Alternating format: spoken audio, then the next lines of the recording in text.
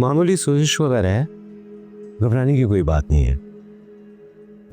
मैं pain killer वगैरह लिख देता हूँ, आप आए मेरे साथ प्लीज। मैं डॉक्टर साहब को छोड़ कर आती हूँ। ओके बेटा, थैंक यू डॉक्टर साहब।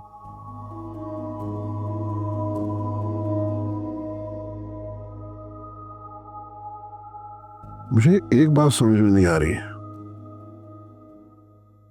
फरहान ने सब कुछ क्यों किया? अभी खुद हॉस्पिटल से निकला है, चल भी नहीं पा रहा। पता नहीं क्या वजह थी जो उसको मारा।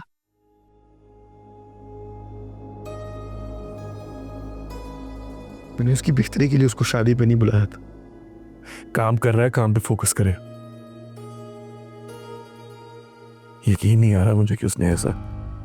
असल में पहले से किसी काम का नहीं था, अब तो मारपीट भी शुरू कर दी उसने। रवि, कोई वजह तो होगी ना।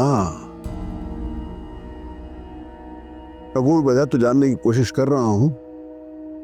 भाई क्या था कि उसने हॉस्पिटल से निकलते ही इसका ये हाल कर दिया? वजह यही समझ में आ रही है कि इसने कोई बहुत बड़ी बर्बादी की समी भाई की, इसलिए सारा गुस्सा साहिर पर निकाल रहा है।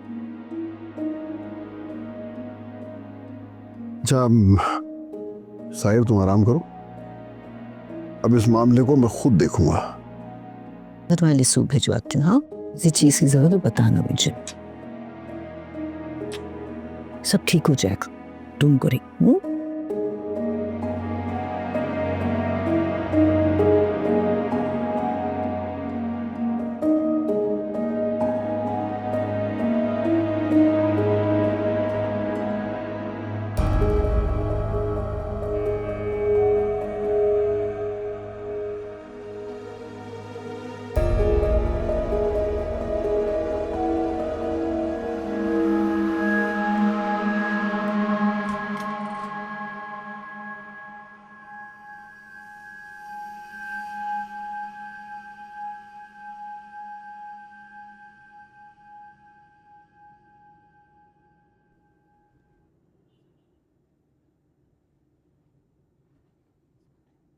नाराज हो? लेकिन मार पड़ी तो तुम्हें तरस आ गया। क्यों मारा उसने तुम्हें? कुछ हुआ है तुम दोनों के बीच में? खुदा जाने लाहौर में क्या करके आया वो। क्या करके आया मतलब? कोई गड़बड़ हुई है? छोड़ो ना रमशान, मुझे काम की बातें नहीं करनी। नहीं, बताओ मुझे, ऐसा क्या हो गया कि उसने तुम पर हाथ उठा दिया?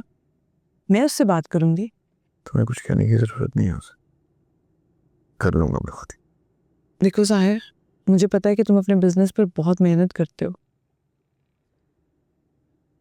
अगर उसने तुम्हारा कोई काम बिगाड़ा है और उसकी भड़ास वो तुम पे निकाल रहा है तो ये सही बात नहीं है। मुझे बात करने दो। मैंने बस उसे भाइयों की तरह मशवरा दिया था, उसके भले के लिए।